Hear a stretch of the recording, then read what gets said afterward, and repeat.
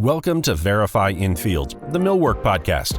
Your host, Jacob Edmond, CEO of Ductworks, will be interviewing experts in the industry to bring you insights and knowledge about the latest trends, techniques, and challenges in millwork. Whether you're a seasoned professional or just starting out, this podcast is for you. So sit back, relax, and join us as we explore the world of millwork. Here's Jacob. Hey guys, I am trying something new today. And so usually I come on here and have an interview with a guest. I've done that for 31 episodes now, and this is episode 32. Been doing this podcast for about 6 months and decided to try something a little bit new.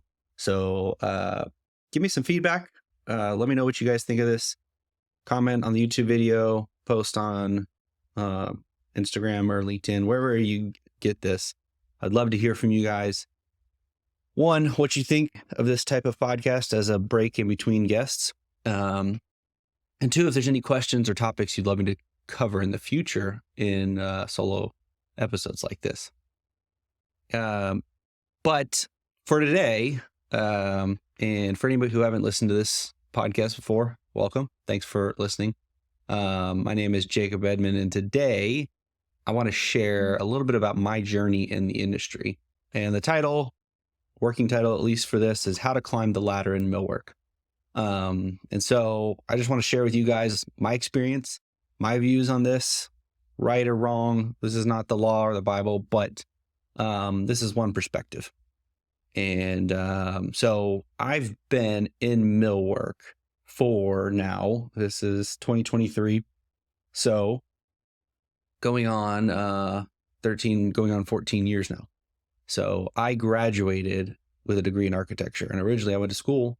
I went to school at Clemson University for architecture. I got my undergrad degree in that, and fully intending that I would go to grad school, become a licensed architect. But I didn't. I graduated, got married, got a job as a drafter, leveraged my experience working in architecture. I worked in construction before that. I worked as an intern architect for a little while, and I learned a lot about CAD drafting, architectural drafting.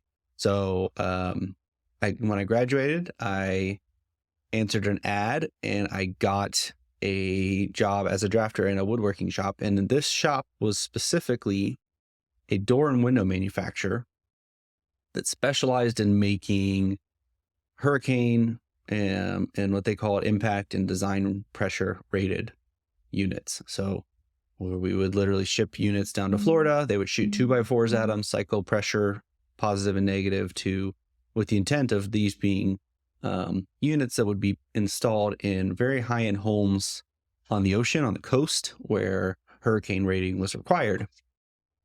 And so that was where I started. I started doing the shop drawings for them.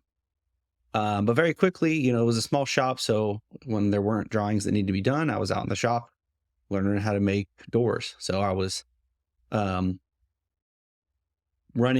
Sapele mahogany through joiners and planers. We would get rough sawn lumber, 6/4, 8/4, 12/4 in the front, and we would mill it down to S4S for whatever we needed. Everything was made out of that rough sawn lumber. We made our own stave core styles. We had a lot of old German machinery, so I learned how to run planer, shaper, joiner. We had tenon machine that we would actually have multiple heads running through the tenon, the parts, and we would glue them up. We would set the glass, all the above. And very quickly, though, I was learning from guys there that were making manual cut lists, and they were making story sticks. You might have seen, I've actually done a video about what are story sticks.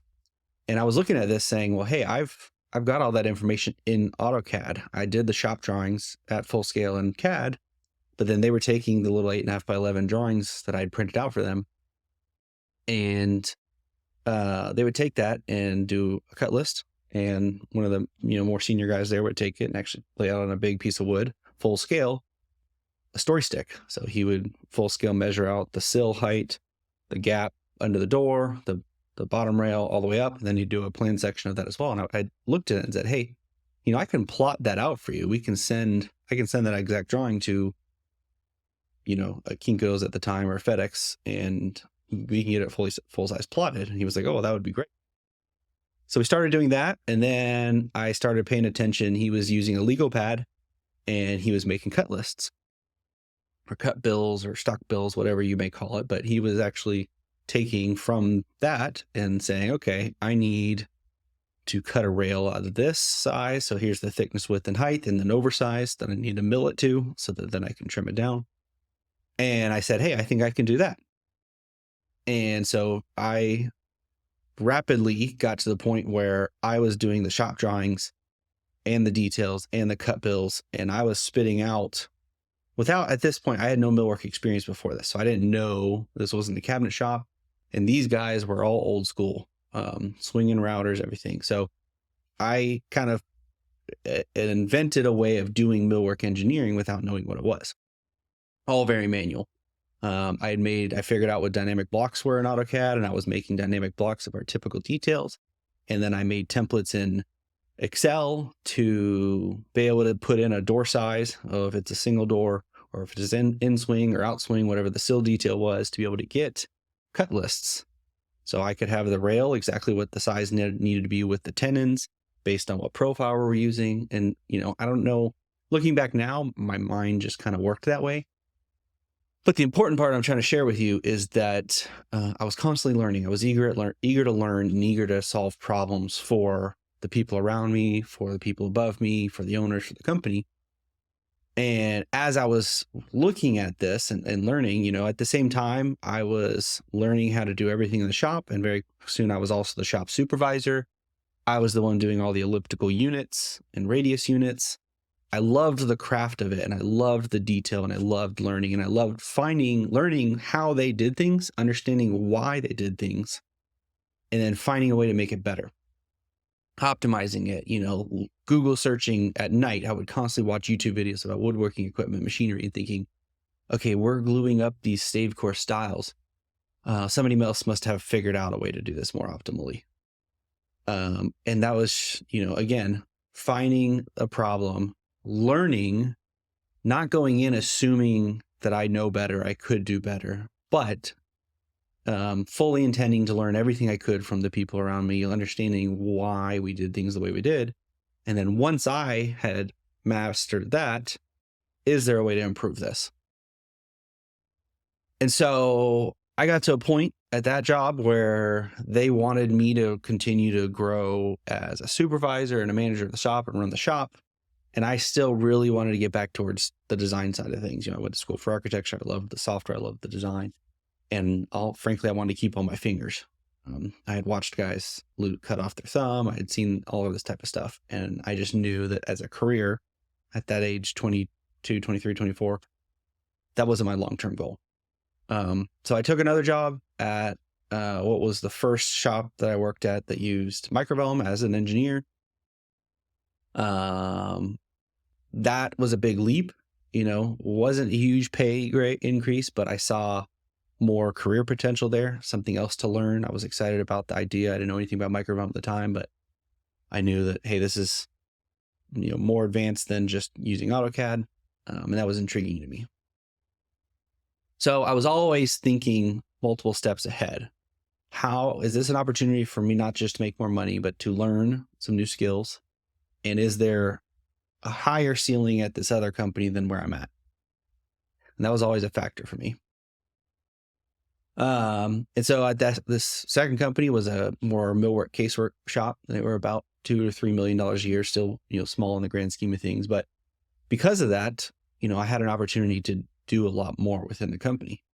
So again, I was learning microvellum. I was learning about nesting-based machining for the first time, automated machining, edge banders, cabinets. I had never done cabinetry before that. I was just at a door company. I brought with me a lot of skills that they didn't have there, which was mortise and tenon, stile and rail, stave core, more the millwork side of things. And there I was learning more about the casework side of things. But again, it was, hey, what can I learn? There's a very senior engineer that was teaching me everything he knew. And I would ask tons and tons of questions and find ways to improve things. One of the very first jobs I had, I remember, was a mock-up for a vanity for this hotel. and it called for style and rail, like a face frame. But it was unique, and I had no clue what I was doing, but I guess I was young enough to be arrogant enough to just try things. And so I remember coming up with a plan and pitching it to the engineer that was teaching me, and he was like, "Yeah, that's a great idea. Go with it." I spent lots and lots of time on the shop floor, out there talking to the CNC operator, to the custom bench guys, to the edge benders, and asking questions about like, "Hey, I'm sending you stuff. Is it good? How can I make it better? Why do we do things this way? Could we try this other way? I saw this online, or I saw this at my last shop." Constantly challenging the status quo, but in a respectful way, and in a way that I have a lot of respect for, especially those who are more senior, who had experience, but not too much to question things. And so I think that's important, because a lot of times, especially as young guys coming into this industry, we want to question everything, and we want to improve everything, and we want to make an impact. But a lot of times that can rub people the wrong way. And especially you can short circuit any chance you have of making an impact by approaching it the wrong way. So I think looking back now, that was something that I always asked lots of questions. And sometimes, just questions at all can be annoying. But I always made it a goal of mine that I wanted the guys in the shop, as being an engineer at least, to be able to build what I did and appreciate the work that I gave them. And I always wanted to be the engineer that the guys in the shop wanted to build my stuff. And nothing went out in the shop floor without me going and see it being built and asking questions about how I can make it better. I had opportunities there to also go to meetings with clients, go on site, to go meet with the architects. And actually, I speaking of, leveraging my past experience, I had a job that had a bunch of doors on it. And I was responsible as the engineer for doing the takeoff, for ordering the doors, for instructing the shop on how to machine the doors. And actually, we were doing the doors, but not the jams, or vice versa. And I remember somehow they ended up being in the field, machined wrong for mortises, for hinges. I spent one whole Saturday going out there onto the job site, and I literally took a router out there, and I went out there and I fixed every single door on that job myself. Nowadays, looking back, that was like, well, why would you do that? That's crazy. But it was a point of pride in me that I didn't want somebody else fixing my mistake. And I knew how to mortise hinges. I knew how to do all that. And so it was important to me to correct my mistake. Those little things, those little moments earned, I believe, I earned a lot of respect as I went from my coworkers, from my colleagues, especially the guys in the shop. But also, I became a safe set of hands. And if you've ever heard that term, especially if you're in leadership or management, you always are looking for that safe set of hands, that I know that, hey, if I need something done, I need to give it to a safe set of hands that I know that they're going to start it and they're going to complete it and it's going to be done right. And that takes experience, but that takes, having care for the work you do, and having care to ask enough questions and not just assume things. And so I think that's important for this topic of how do you climb the ladder in millwork. Because at the end of the day, it all comes down to opportunity. And so there's only so much control any of us has over the opportunities we get. So I'm not delusional enough to think that I haven't gotten to where I am without opportunities that others might not, or definitely didn't get afforded.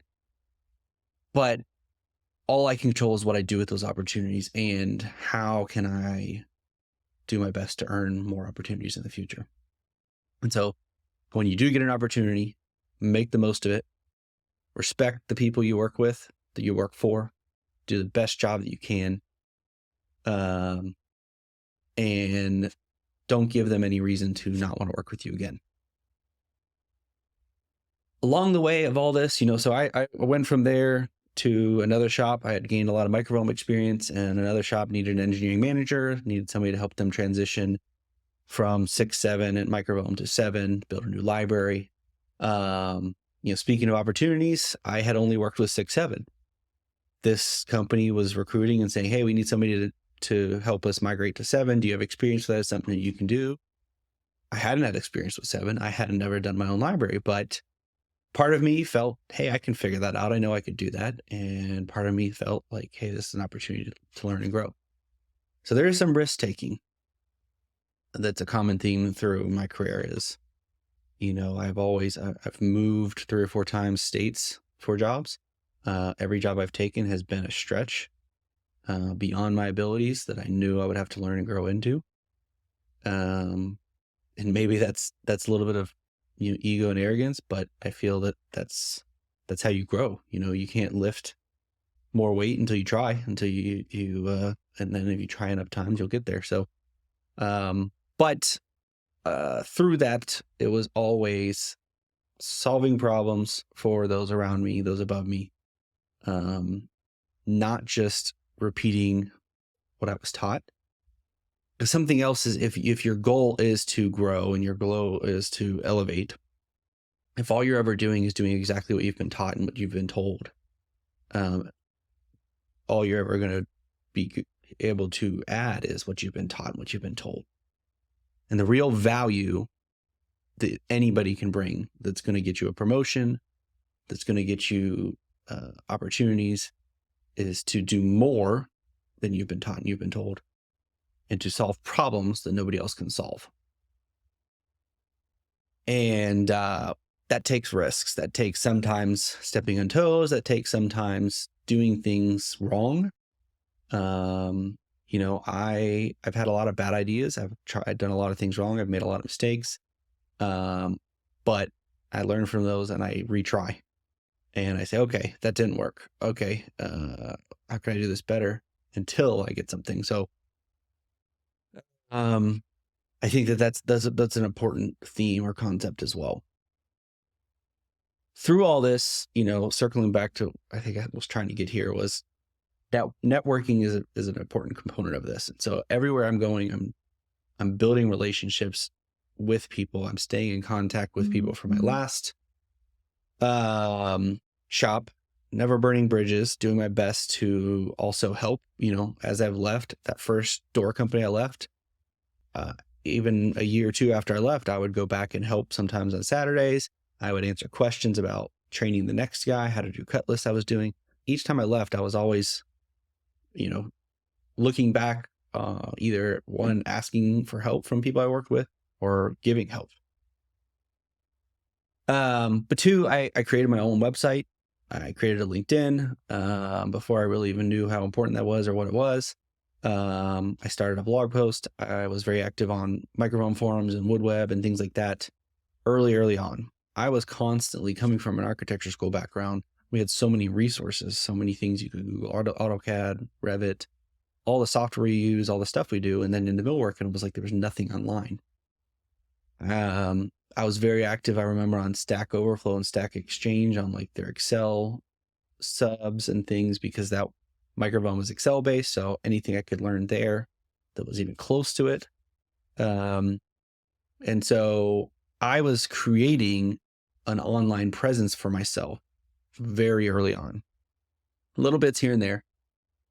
But now looking back, like I wrote blog posts now 8 years ago that are still there, that I was active on forums 10 years ago, that I, talk to people now that remember those days and remember when we talked. Back then it wasn't with the intent of now, but those were little investments I was making towards my future. People see my name on there and now they'll look back, oh, I remember you. That builds rapport and it builds credibility long term.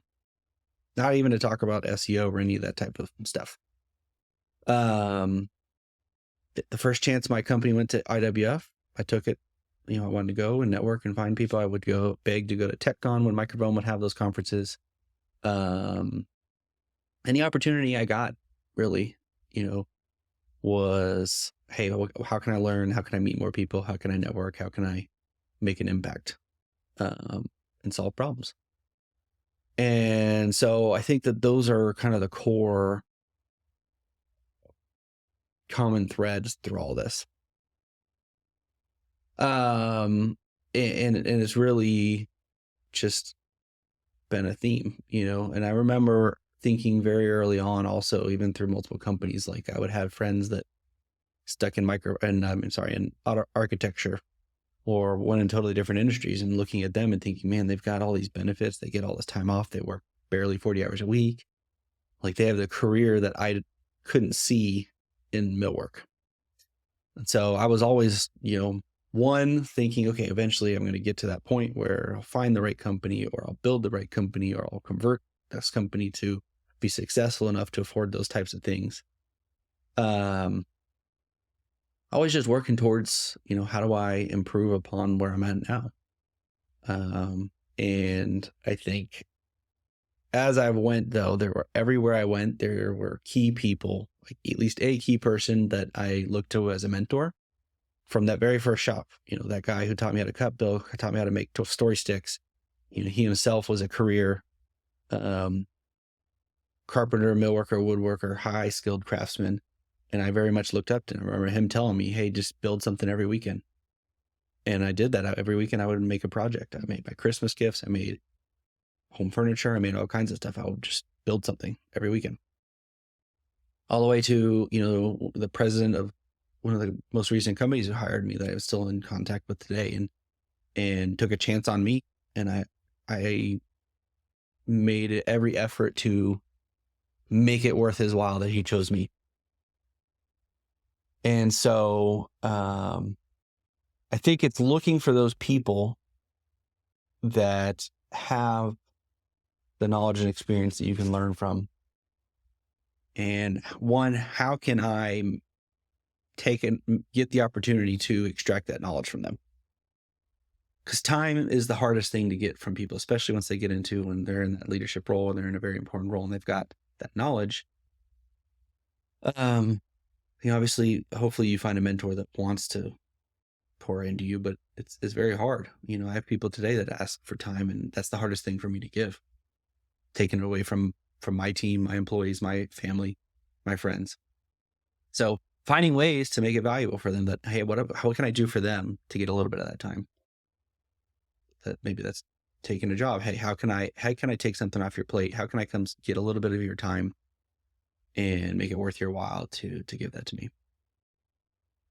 And sometimes you have to be creative, but you don't get the opportunities you don't ask for. And so going back to the idea of we can't really control. Not everybody's going to get the same opportunities. Like there's people who work way harder than me, way more skilled than me, and aren't as far as me. And I think that it's hard for a lot of people to admit that. Everybody wants to think that, hey, I've worked for what I got. And you have. It's not to discount the work you've done or that I've done, but recognizing that it's about opportunities and seizing those opportunities. And so I remember even going back to architecture school, I applied for my first intern architect job. And it was on the school's, job website. There was a small architect that had posted there, and I saw it, and I thought, I'm not qualified for this. I'll never get it. I'm only available during the summer. But I said, what does it hurt not to apply and ask? And I applied, and I remember I would call the office every week. Hey, have you made a decision? Have you guys chosen somebody? Hey, when are you guys going to make a decision? And I remember interviewing with them, and the architect told me, hey, a big reason why you got this job is because you really, really wanted it. And that always stuck with me. Always made an impact on me, even to this day, as people who apply, and I'm interviewing people like, hey, I am willing to take a chance on somebody who wants it more than somebody who maybe has the skills, but I don't know if they want it. That's a big piece, a big thing that you can't teach, you can't train, you can't instill in people. How motivated are they? And so all throughout my career, I've done that. I said, like, well, hey, let me ask for things. I mean, even to this day, the podcast, I'll reach out and ask anybody, hey, will you be on my podcast? That I have I don't deserve to even be talking to them, right? But that's what it takes. That's how I've gotten many jobs. That's how I've gotten many opportunities, is just to reach out and ask. And so I think that's the last big point that I want impress is just to take chances, take risks, and ask. The worst they can say is no. And so, whether that's, hey, can I buy you lunch and get a little bit of your time? Hey, can I come and visit you 5 minutes at the end of the day and ask you a couple questions? To, hey, do you need somebody with my skills walking in the door of a company and saying, hey, I would love to work for you. I really look up to your company. I look up to you. I look up to the work you guys do, and I would love to be a part of it in some way, in fashion or shape or form. And if there's anything that I could do to earn a spot here, I would love to. That goes a long way with a lot of people, is showing respect and admiration for what they do, and value for the work that they've done. And people will generally return that with favor for you. So to kind of recap, if you're at all familiar with me, I run a company now called Millwork Solutions. I have an amazing team of over 50 people that we help millwork companies eliminate their drafting and design bottlenecks by providing outstaffing, outsourcing solutions, and helping them improve their processes. And I would not be here today if it weren't for these tips I'm giving you. And that's solve problems, add value, network and build relationships, and don't burn bridges, and seize the opportunities as they come, and do whatever you can to open up new opportunities. Help others as you're going along, and generally that will come back and they'll be wanting to help you as well. And so anywhere I can add value, I always want to add more value than people perceive they're giving me, even if it's a paycheck. And not everybody agrees with that philosophy. It's worked for me so far. I always want my employer to think that they're getting a better deal than I am. And as soon as I get a raise, how can I reset that expectation? And it's because I'm always just, trying to build towards the next thing. So hopefully this adds value for some people. Yeah, if you like this kind of thing, let me know in the comments. Leave me a review. Share this. That helps a lot, and I would love to hear what other topics or questions you might have in the future. Thanks, guys. Until next time. Thank you for listening to today's episode. Do you want to stay up to date about industry insights, new content, and our community of millworkers? Go to ductworksmw.com to sign up for our newsletter. I'll see you in the next episode of Verify in Field.